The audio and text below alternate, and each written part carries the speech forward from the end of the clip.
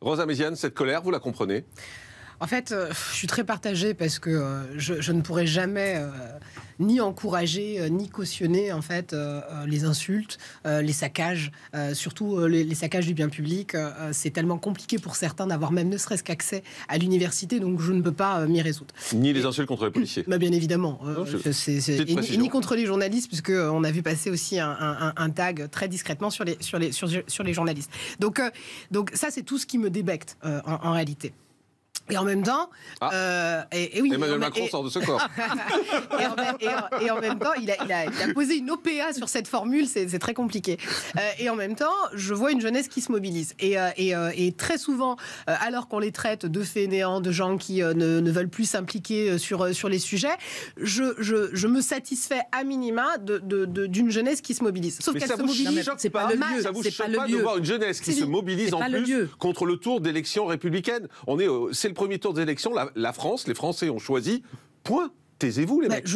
Dans ces cas-là, excusez-moi, de la même manière que les Américains sont descendus dans la rue quand il y a eu l'élection de Trump, de la même manière que les gens sont descendus en Angleterre dans la rue lorsque le Brexit est passé. Non, mais vous avez peut-être oublié la première partie de mon intervention. C'est vraiment tout ce que je condamne. Mais non, mais il n'y a pas de en même temps. Moi, c'est le en même temps qui me gêne. Non, il n'y a pas de en même temps. Ce que je suis en train de dire, c'est que je condamne les agissements. Point. Mais oui, point. Sauf que, désolé d'avoir une réflexion un petit peu plus poussée que la condamnation. Je trouve qu'une jeunesse qui s'engage, c'est la pire chose, ce serait que les gens ne s'engagent pas. Mais qui s'engagent contre la démocratie? Excusez-moi, on peut entendre. Non, mais attendez, on peut entendre la déception de certains Français d'avoir un match qu'ils ne souhaitaient pas. Est-ce qu'on peut l'entendre? Oui, mais pas. Est-ce qu'on peut entendre que les gens ne veulent peut-être pas forcément re-signer pour 5 ans encore d'un mandat qu'ils ne voulaient pas et qu'ils ne veulent pas non plus de Marine Le Pen? Mais est-ce qu'on peut entendre que c'est la démocratie, que les Français se sont exprimés, que c'est comme ça? Certes, mais ils ont tout à fait le droit. C'est la manière, la manière dont ils le font qui moi, j'entends bien ce que ne va pas. Et puis, l'immense majorité de la jeunesse française, elle est pacifique. Elle a envie d'un avenir en France. Elle a envie tout simplement. Le politique a sa part de responsabilité aussi. Elle a envie d'écouter les propositions et les projets. Le politique a sa part de responsabilité. Non, Christine Kelly parlait des gilets jaunes. Bien sûr que on c'est ne très peut grave. pas remplacer le suffrage universel, la décision du peuple souverain, le vote. Mais j'aimerais bien qu'on ressorte vos propos sur les gilets jaunes parce que en fait, je crois que depuis quelques années, le problème de votre message, on a aussi votre message, vous le mettez dedans? Non, parce que le et en même temps, pour moi, est délétère.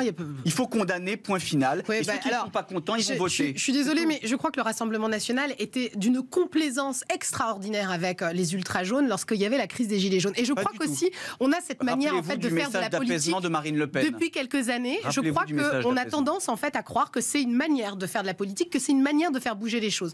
Quand les gilets jaunes pètent tout, quand les gilets jaunes pètent tout, on leur signe 10 milliards. Lorsque la Corse pète tout, on commence à parler d'autonomie. C'est pour ça que je dis que ça marche. Et je crois que c'est un peu ce qu'on leur a dit à cette jeunesse. Pétez vos facs et puis on va commencer à se dire bah oui, effectivement, il faudrait peut-être penser à la jeunesse. Je crois que le politique a aussi une grande partie de responsabilité dans sa manière de faire de la politique, dans sa manière de céder face à la violence. En aucun cas, je la cautionne.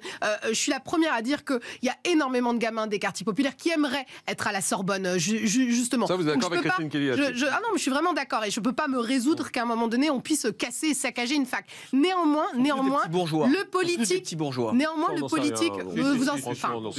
des attaques faciles de l'extrême droite. Néanmoins, je crois qu'on doit savoir se remettre en cause en tant qu'hommes et femmes politiques aussi, parce qu'il est très facile de condamner. C'est comment en fait on refait de la politique, comment on reconstruit aussi avec le peuple. Il suffit pas de dire la démocratie est passée. Non, la démocratie est bien trop fragile quand on voit le nombre de personnes qui sont parties aller voter pendant cette élection. On continue à en parler.